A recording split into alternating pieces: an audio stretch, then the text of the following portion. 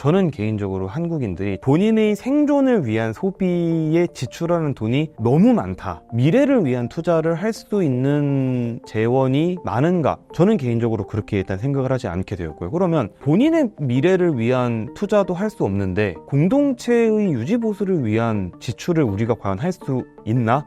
우리나라는 인재가 유일한 자원이다. 뭐 이런 얘기를 하는데 이거는 뒤집어서 얘기하면 무슨 얘기냐면 한국은 절약할 비용이 인건비밖에 없다는 얘기예요.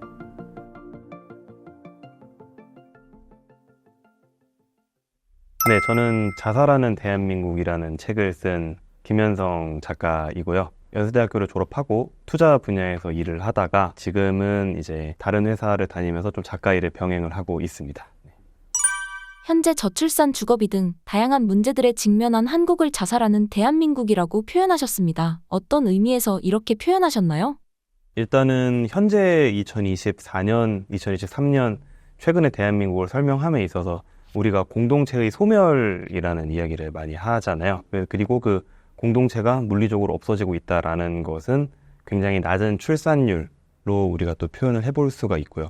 근데 공동체가 위기를 겪고 몰락을 한다라는 것은 외부로부터의 어떤 침입이나 그런 공격으로 발생을 할 수도 있는 거지만 그 공동체 내부 구성원들의 선택에 의해서 발생을 할 수도 있는 거잖아요. 근데 한국인들이 현재 0.7명대, 6명대의 출산율을 기록을 한다라는 것은 결국 사람들이 각자의 선택으로 대한민국이라는 사회에 출산과 결혼이라는 형태로 재투자하는 것을 스스로 거부한다라는 뜻이 될 수 있다라고 저는 생각을 했거든요. 그래서 한국 사회가 망하고 있다, 좀 우하향하고 있다, 라는 관념을 설명함에 있어서 그러면은 이것이 결국 외부로부터의 원인인가 아니면 우리 스스로의 선택인가 라고 했을 때 저는 우리 스스로의 선택이다 라는 생각을 했었고 그래서 이제 책의 제목을 자살하는 대한민국 이렇게 잡아봤던 거죠. 우리 스스로의 선택이라고 말씀해 주셨는데 공공재가 어떤 선택을 하고 있을까요? 일단 아까 전에도 말씀을 드렸지만 첫째로는 사람들이 결혼을 해서 가정을 꾸리지 않죠. 결혼을 하지 않고 또 자녀를 출산을 하지 않고 이것은 이제 공동체의 크기 자체를 물리적으로 축소시키는 미래에 물리적으로 축소시키는 영향을 준다고 볼 수가 있겠고요.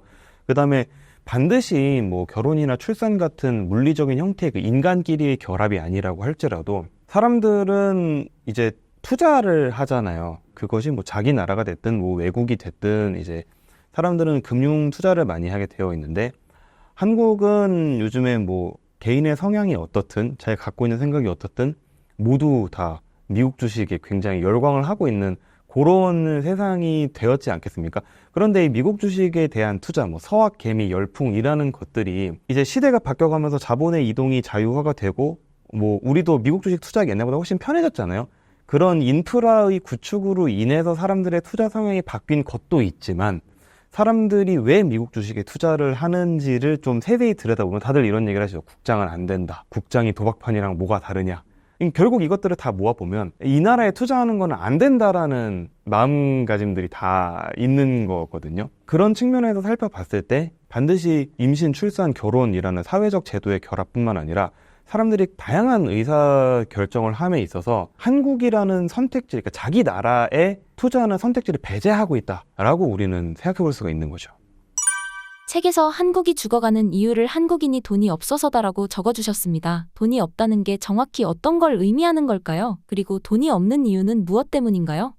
개인적으로 책을 쓰면서 한국인이 돈이 없다라는 주장은 저 스스로도 대단히 도발적이라고 생각을 했어요. 왜냐하면 한국은 GDP 규모로 따졌을 때 세계 한 10몇위권이고 10등까지도 간 적이 있었죠. 10몇위권이고 얼마 전에 물론 이거는 일본의 그 이제 환율 때문에 엔화 환율 때문에 일시적으로 발생한 현상일 수도 있겠지만 한국의 1인당 국민 소득이 일본을 추월했단 말이에요. 저는 1980년대 후반생인데 제가 어릴 때까지만 해도 일본은 굉장히 세계 1, 2위를 다투는 선진국이었고 우리는 늘 일본을 뒤쫓아가지만 역전을 할 수 없는 그런 되게 멀리 있는 선진국이었는데 어떻게 생각해보면 숫자로 봤을 때 한국이 일본보다 더 잘 산다고도 우리는 말할 수 있는 거겠죠. 그래서 한국인들은 실제로 겉으로 드러나는 수치는 굉장히 부유합니다. 그래서 많은 분들이 챌린지를 주세요. 아니, 우리나라가 이렇게 부유한데 왜 당신은 책에 한국인들이 돈이 없다, 왜 실질적으로 빈곤 상태에 처해 있다고 말을 하느냐, 그것은 잘못됐다 라고 말씀을 해 주십니다만, 제가 이제 자살하는 대한민국에서 주장한 한국인들이 돈이 없다라는 얘기는 우리가 공동체를 구성하고 살면서 저는 지출을 총 3가지 정도로 사람들이 한다고 생각을 하거든요. 첫 번째는 본인의 생존, 삶의 그 질을 유지하기 위한 이제 필수적인 소비, 그리고 두 번째는 미래를 위한 투자, 그리고 세 번째는 공동체를 유지 보수를 해야 되잖아요. 우리가 혼자 살 수 있는 건 아니니까. 사실 뭐 대기업 재벌 회장님이 되셨든 아니면 뭐 저나 뭐 PD님이 되었든 사실 우리 공동체의 인프라를 이용하면서 살아가고 있는 것이기 때문에 이 인프라를 유지 보수하기 위한 비용을 우리는 보통 객출을 하게 되어 있습니다. 그래서 이렇게 3가지 형태의 이제 지출을 한다라고 생각을 하는데, 저는 개인적으로 한국인들이 첫 번째 소비, 그러니까 본인의 생존을 위한 소비에 지출하는 돈이 너무 많다라는 지점에 착안을 한 거예요. 그러다 보니까 결국 사람들이 미래를 위한 투자를 할 수 있는 재원이 많은가? 저는 개인적으로 그렇게 일단 생각을 하지 않게 되었고요. 그러면 본인의 미래를 위한 투자도 할 수 없는데 공동체의 유지 보수를 위한 지출을 우리가 과연 할 수 있나? 라고 이제 생각이 다다는 거고요. 그러면 결국 겉으로 보이는 숫자로 볼 때 우리가 부유하다고 하지만 나 먹고 살기 바빠서 내 미래를 위한 투자도 못하고 공동체 유지 보수를 위한 투자도 못한다면 우리가 잘 사는 건가? 라는 생각을 저는 한 거거든요. 그래서 이제 이것을 한국인들은 돈이 없다 라고 이제 표현을 하게 된 거죠. 책에서 언급하신 현재 한국의 물가 수준과 사교육 문제 관련해서 해주고 싶은 말씀이 있나요? 일단 물가 얘기부터 먼저 시작을 해보자면, 넘베오라는 이제 글로벌 주요 도시들의 물가를 비교하는 사이트가 있어요. 이제 그 사이트에 가서 세계 주요 도시, 그러니까 뭐 막 너무 작은 나라들 말고 한국과 GDP 순위 내에서 경쟁을 어느 정도 하는 그런 국가들의 도시 물가를 비교를 해보면, 한국의 도시 생활 물가는, 이건 제가 도시 생활 물가 기준으로 말씀을 드리는 이유는 우리나라는 이미 70-80% 이상의 국민이 도시에 거주하고 있기 때문에 제가 그렇게 말씀을 드리는 것이겠고요. 도시 생활 물가 기준으로 한국은 선진국들보다도 상당히 물가가 비싼 나라로 이미 순위가 매겨져 있어요. 이거는 객관적인 숫자고, 그러면은 자, 한국이 왜 도시 생활 물가가 비싸냐? 첫 번째로 장바구니 물가가 거의 세계에서 가장 높은 수준입니다. 이것은 주기적으로 언론에서 이미 다 보도도 되고 있고, 그 다음에 최근에 또 뭐 선거 관련된 국면에서 뭐 대파값 15얼마니부터 시작해서 이런 얘기들이 되게 많았잖아요. 그래서 이제 이게 사실 우리나라 사람들한테 이제 막 정말 장바구니 물가 진짜 객관적으로 볼 때 비싼 거구나가 막 공유가 되고 있는 건데, 장바구니 물가 굉장히 비쌉니다. 근데 장바구니 물가 굉장히 비싼데 그거를 어떻게 우리 사회가 유지를 하고 있냐면, 서비스 물가가 되게 낮아요. 서비스 물가가 낮은데 이제 그 서비스업이 말 그대로 요식업, 식당, 외식 물가가 한국은 글로벌 대비 좀 낮은 편이고, 공공 인프라 비용, 뭐 전력, 수도, 가스, 대중교통 이런 공공 인프라 비용도 이제 글로벌 대비해서는 조금 낮은 편이에요. 그리고 한국은 월세가 많이 없잖아요. 보통은 주거를 해결을 할 때 일반적으로는 전세 또는 매매로 많이 해결을 하게 마련이니까 월세 비중도 낮은 편이고, 그래서 한국은 식료품 물가가 전 세계에서 제일 높은 수준인데 그것을 낮은 서비스업 물가와 공공 인프라 물가로 버티고 있는 그런 상황인 거거든요. 근데 여기서 또 하나 재밌는 게, 한국은 장바구니 물가가 비싸잖아요. 근데 한국 사람들은 공류, 채소, 물고기, 소고기를 많이 먹어요. 많이 먹습니다. 글로벌 대비해서 굉장히 많이 먹어요. 이것도 글로벌 1인당 뭐 육류 소비량, 어류 소비량 이런 것들을 통계를 내는 그런 사이트가 있어요. 이제 거기에 들어가 보시면 그러니까 이게 뭐 조사하는 기관마다 조금씩 차이는 있지만 대개 한국인들은 채소 소비와 어류 소비가 전 세계에서 1등 수준이에요. 1인당. 육류는 순위는 낮긴 한데 그것도 미국 뒤인 거지 많이 먹거든요. 그러니까 이게 굉장히 재밌는 거예요. 한국은 물가가 되게 비싼 나라인데 사람들은 또 되게 많이 먹어요. 일본 같은 나라 섬나라잖아요. 근데 물론 이제 일본은 그 후쿠시마 원전 사고가 터지고 나서 수산물 소비가 좀 줄어든 건 있는데, 그럼에도 불구하고 한국인들의 이제 식료품 소비는 상당히 높은 수준입니다. 뭐 근데 한국인들이 많이 먹는다라는 것은 이거는 탓을 할 수는 없는 거니까 이거를 경제적으로 건조하게 보자면 한국 사람들의 장바구니에 들어가는 그 물건들에 대한 수요가 높다라는 얘기인 거잖아요. 수요가 굉장히 높은데 반대로 한국은 이제 농업 보조가 상당히 좀 비효율적이죠. 농가 경지 면적이 대단히 영세한데 이제 그 영세한 농가들을 보호하기 위해서 한국은 농업에서는 철저하게 보호무역을 적용을 하고 있다 보니까 농업에서 규모의 경제를 달성하기 어려운 측면이 있고요. 규모의 경제를 달성하기 어려워지니까 단위 생산량 대비 비용이 굉장히 크지 않겠습니까? 그러면은 그 비용을 메꾸기 위해서는 결국 식료품 물가는 비싸질 수밖에 없어요. 자, 수입으로 해결을 하면 되지 않겠느냐? 하지만 제가 아까 전에 말씀드렸죠. 한국은 농업에 대해서는 보호무역을 적용을 한다. 그렇기 때문에 수입품도 비싸고 국산도 비싸고 그냥 비싸요. 네, 이제 그런 상황인 거거든요. 근데 이제 그렇게 비싼 장바구니 물가 속에서 또 하나 한국인들이 이중고를 안고 있는 것은 역시 또 사교육비 문제라고 할 수가 있겠죠. 사교육비 문제는 뭐 PD님께서도 잘 아시겠지만 백약이 무효잖아요, 한국이. 1980년대에부터 시작을 거의 뭐 1960, 60년대부터 시작을 해서 1990년대 학력고사가 수능으로 바뀌고 그 수능 제도가 거의 30년을 거쳐서 몇 번을 조정을 받았지만 한국의 사교육비 문제는 정말로 백약이 무효라는 진단이 나온 지도 벌써 30년이 넘었어요. 그만큼 심각한 문제인데 이거를 우리가 숫자로 바라보면 조금 더 객관적으로 이 사교육비가 얼마나 가계에 부담을 주고 있는지를 우리가 판단해 볼 수가 있습니다. 실제로 교육부에서 제공하는 사교육 시장 참여율 통계가 있어요. 통계가 있는데 한국의 사교육 시장 참여율은 78% 정도가 됩니다.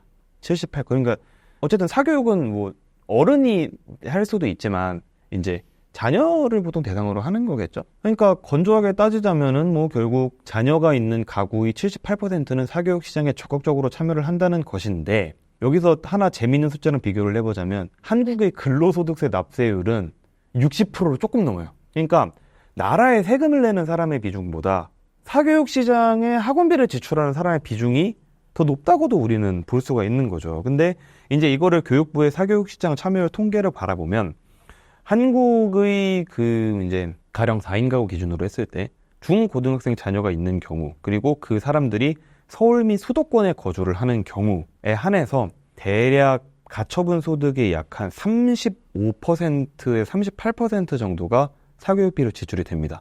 제가 아까 전에 식료품 물가 되게 비싸다고 말씀을 드렸었잖아요. 근데 그 넘베오에서 나온 수치로 비교를 해보면 거기 이제 그 각 나라의 식료품 물가 수치도 있지만 구매력 수치도 있어요. 근데 그 한국의 이제 물가 지수는 구매력 지수의 80% 이상을 차지를 합니다. 그러니까 내가 100원을 벌면 80원 이상을 생존 비용으로 지출을 한다는 거죠. 근데 아까 전에 말씀드렸잖아요. 가처분 소득의 35% 이상의 사교육비로 추가로 나가는 거거든요. 그러면은 80 더하기 35한 115인데 이거는 우리가 단순하게 생각을 해봤을 때 한국의 가구들은 매월 100원을 벌었을 때 15원만큼 적자를 본다는 얘기거든요. 그럼 여기서 우리는 또 하나 같은 질문을 해볼 수가 있는 거예요. 우리 정말 잘 사는 거 맞아요? 라는 질문을 할 수가 있다라는 거죠.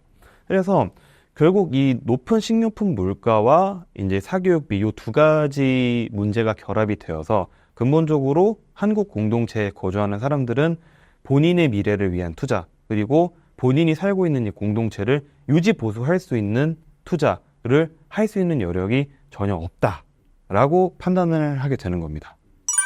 한국인이 돈이 없는 이유는 소비 측면도 있지만 소득 측면도 있다고 하셨습니다. 한국이 선진국임에도 불구하고 많은 사람들이 저임금에 시달리는 이유는 무엇인가요?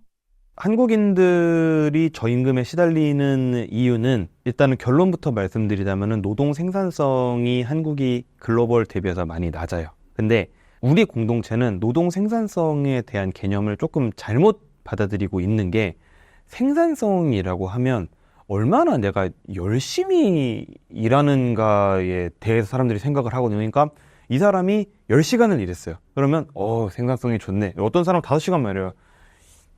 뭐 이렇게 생각하는 그런 경향인데 생산성은 그런 개념이 아니고 제가 노동을 해서 뭐 산출물이 나올 거 아니에요. 뭐 가령 이제 뭐 저희가 지금 하고 있는 일은 이제 요 인터뷰 영상이 되겠죠. 그러면은 이 산출물이 시장에서 얼만큼 값어치를 평가받는지가 생산성인 거거든요. 가령 A라는 물건을 만드는 사람은 5시간을 일을 해요, 하루에. 근데 이 A라는 물건은 한 개당 100만 원에 팔려요. 그럼 이 사람의 생산성은 5시간에 100만 원이니까 1시간당 20만 원이 되는 거고요. B라는 물건을 만드는 사람은 하루에 10시간 일해요. 근데 B라는 물건은 뭐 한 5만 원밖에 안 해요. 그러면 이 사람의 시간당 생산성은 5천 원밖에 안 되는 거예요. 근데 제가 아까 전에 이제 물가 얘기를 말씀을 드리면서 한국은 서비스업 생산성이 되게 낮다라고 말씀을 드렸잖아요. 그 얘기인 즉슨 한국 사람들은 서비스업 임금이 낮다라는 얘기랑 정확하게 똑같은 말이 되는 거거든요. 근데 이게 서비스업에서 끝나는 게 아니에요. 제조업도 대기업 있고 중견기업 있고 중소기업 있잖아요. 한국은 대기업과 중소기업 간의 이 생산성 격차가 세계에서 제일 큽니다. 이제 본문에 보시면 한국, 미국, 영국, 프랑스, 독일 이렇게 해서 이제 제조업 비중이 그래도 조금 되는 나라들 위주로 그 대기업과 중소기업 사이의 노동 생산성 격차를 조사한 그런 표가 있는데 한국이 가장 커요. 거의 한 60% 이상 차이가 나고, 그러니까 대기업 다니는 사람이 100원을 벌 때 중소기업 다니는 사람은 평균적으로 한 33원에서 35원 정도 밖에 이제 못 버는 걸로 이렇게 되어 있거든요. 그러면 이제 여기서 한 단계 더 우리가 들어가서 과연 그러면 대기업, 그러니까 노동 생산성이 우리가 낮은 이유를 이제 알아봐야 되는 거잖아요. 일단 제조업부터 먼저 시작을 하자면 제조업에서 노동 생산성이 그냥 낮은 게 아니라 대기업 대비해서 중소기업의 생산성이 낮은 게 문제다라고 말씀을 드렸었죠. 이제 그 이유는 근본적으로 한국의 수많은 중소 중견 기업들은 거의 고용의 90% 이상을 갖고 있지만 이 수많은 중소기업들이 다 재벌 대기업 밑에 수직 계열화가 되어 있어요. 그러니까 이 수직 계열화라는 거는 결국 협력업체라는 얘기죠. 그러면 결국 이 중소 중견 기업들의 생산성은 어디서 나오냐면 제일 위에 있는 꼭대기에 있는 상위 대기업들의 1년치 생산 계획에 이 사람들의 노동소득이 전부 다 달려 있는 거예요. 근데 그 생산 계획을 짜는 사람이 뭐 한 100명이나 되겠어요. 그러면 결국 그 100명이 뭐 10만 명, 20만 명의 소득을 결정을 하는 구조가 되어 있고, 그리고 또 이런 얘기가 있잖아요. 들어보셨을지 모르겠지만 우리나라는 부존 자원도 없고 땅덩어리가 작으니까 인재가 유일한 자원이다, 뭐 이런 얘기를 하는데, 이거는 뒤집어서 얘기하면 무슨 얘기냐면 한국은 절약할 비용이 인건비밖에 없다는 얘기예요. 그러니까 사실 그렇잖아요. 만약에 우리나라가 석유가 펑펑 나면 석유를 채굴하는 기술을 효율화를 한다든지 자본을 투입을 해서 자원이 있고 기술이 있으면 그 자원과 기술을 효율적으로 활용하는 방법을 찾아서 거기서 비용을 절감하면 되는데, 인재가 자원이라는 얘기는 결국 인력을 효율적으로 쓰기 위해서 인건비를 후려치는 거 말고는 나라가 경제를 굴릴 수 있는 방법이 없다라는 뜻도 되거든요. 근데 이제 그렇게 계속 나라를 굴려왔던 것이고 결국 이제 그것이 우리나라 임금 노동자의 대부분을 차지하는 이제 중소 중견기업 그리고 서비스업, 자영업까지 수많은 사람들을 고질적으로 저임금에 시달리게 만든다. 근데 또 반대로 대기업의 임금은 또 상당히 높은 편이죠. 그래서 이제 우리나라는 특정 그 산업의 노동 생산성은 선진국하고 비교해도 높은 편이에요. 선진국하고 비교해도 높은 편인데 이 몇 개를 제외한 나머지 모든 산업의 생산성은 거의 다 꼴찌에 가 있다, 라고 이제 볼 수 있는 거고, 요거는 기업의 규모 측면뿐만이 아니라 수도권과 지방의 문제로도 우리가 볼 수가 있어요. 한국은행에서 이제 대한민국 부가가치 지도라는 거를 만들거든요. 근데 그 대한민국 부가가치 지도를 보시면 우리나라가 수도권, 강원, 충청, 영호남 이렇게 해가지고 각 지역에서 각 산업별로 얼마나 부가가치를 창출하는지를 이제 금액 기준으로 표시를 한 건데, 수도권이 기본적으로 30% 가까이 되고요. 그리고 나머지를 이제 충청권이랑 이제 영남, 동남권이 조금씩 갈라먹고, 호남, 강원도는 사실 거의 없고 이제 그런 수준인데, 사실 충청권이라고 해도 주요 산업시설이 많이 몰려있는 충청도 북부, 아산, 천안 이런 쪽을 광의 수도권이라고 우리가 생각을 해본다면 수도권이 우리나라 전체 부가가치 생산의 40% 이상을 가져가거든요. 그러면은 또 여기서 수도권과 지방의 생산성 격차가 또 나게 되는 것이겠고요. 네. 그래서 결국 이제 우리나라의 저임금 문제를 만드는 것은 기본적으로 첫 번째, 중소 중견 기업들이 글로벌 밸류체인에 직접 탑승을 못하고 다 대기업 밑에 수직 계열화가 되어 있다 보니까 생산성을 나눠 갖지 못하는 문제가 일단 첫 번째 문제고, 그 다음에 두 번째는 거기에 더해서 수도권에 많은 생산성이 또 집중이 되어 있다 보니까 또 이제 인구의 50%가 거주하는 수도권 외 지역의 생산성은 또 낮아지게 되는 거죠. 근데 만약에 내가 두 가지를 다 하고 있어요. 나는 지방 사는데 회사도 중소기업이야. 그러면 이제 그것은 저임금 그 자체로밖에 설명을 할 수가 없는 이제 그런 환경이 되어 있는 거.